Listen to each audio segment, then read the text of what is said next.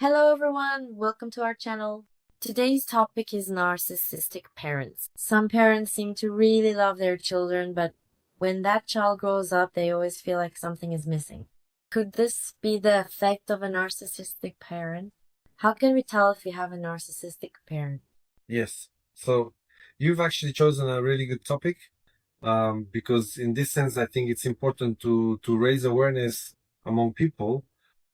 There's actually a very fine line between a parent who presents a good image and a narcissistic parent.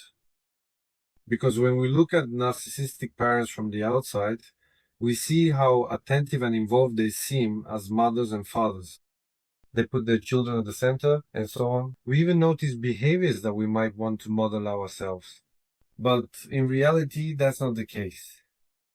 For example, I often observe this in our surroundings. I couldn't do it, so my child should. They see their child as an extension of their own life. In fact, deep down, there's a drive to fill an inner emptiness within themselves. But of course, most people do this without realizing it. Naturally, the child will have their own opinions, but how reasonable are they? That's why parents will, of course, be guiding. But there is a certain limit to this. For example, maybe the father couldn't play basketball when he was young. He wants his child to play basketball. Okay. But if he pressures his child to go to basketball, insists on it, and wants him to become a successful basketball player, if he puts pressure on him about this, that's when he starts to become narcissistic. Let me immediately tell you the second point related to this. Narcissistic parents are always lacking in empathy toward their children and are in constant competition with them. In other words, these behaviors actually teach the child something. The child develops the belief or idea that if I am successful, I will be accepted by my parents, or I will avoid being criticized, hurt, or excluded. Of course, this is a very bad thing in terms of shaping the child's character and personal development as they grow older. But since, for the most part, the child's whole world consists of their parents or the caregivers around them, naturally, the urge to be in harmony with them is strong. And even if the child doesn't want to, their tendency to adapt increases because it makes them feel safer. And as a result, the child's character development is negatively shaped from the very beginning. The third characteristic of narcissistic parents is that they demand conditional love and approval. For example, there's the story of a female tennis player who climbed up to number 4 in the world. She later talked about this in her autobiography. Unfortunately, what she said about her father, who was also her coach, was a good example of this. She talked about how much he belittled her and excluded her during her periods of failure. Naturally, this left deep wounds in her. Now, when we look at these kinds of things from the outside, we say, what a successful tennis player. We wish we could be like her. We make statements of admiration. But what lies beneath is entirely the need to avoid criticism and to gain approval and acceptance from her father, and that's what drove her to be so successful. But how much happiness does that really bring her? And in fact, this situation tends to reflect onto other areas of her life and onto other people as well. For example, she might replace her father with her spouse, her boss, or her friends. And because this is what feels normal to her, she actually attracts narcissistic people into her life. Yes, because yes, she is more compatible with them, and narcissistic people also choose them.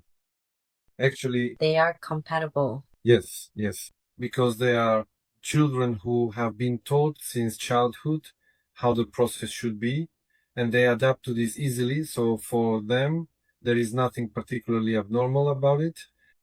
But as you said, when it comes to narcissistic parents, there is actually a fine line between mothers and fathers, if you notice.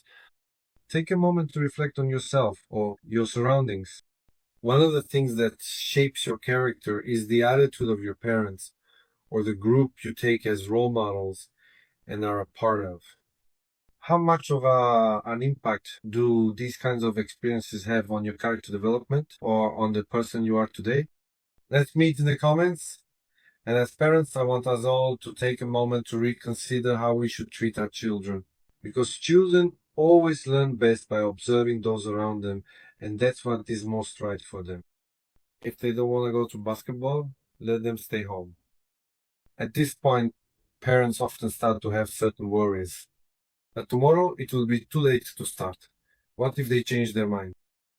Okay, you can be persistent about this. You can teach them what's right. But if you force them to go and make them unhappy from the start, that child is never going to become a basketball player anyway. Please be very aware of this distinction. The more aware we are, the better parents we become. Is there anything else you'd like to ask, Zainab? No. For me, the first 3 signs, Yes. it was important. They see their child as an extension of themselves. They become competitive. They lack empathy and conditional love. Yes. We end up imposing it. So, under these headings, we can also examine our own surroundings. Yes, I'd like us to take a look at ourselves as well. As both parents and children, to what extent have we been exposed to these, or to what extent are we exposing our children to them? Thank you so much. You're welcome. By the way, if you liked the video, please don't forget to like and subscribe. We do read your comments, by the way, because you guide us.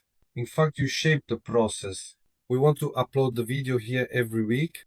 We'd like to inform you about whatever your interests are. It's important for us to interact with you. See you in the next video.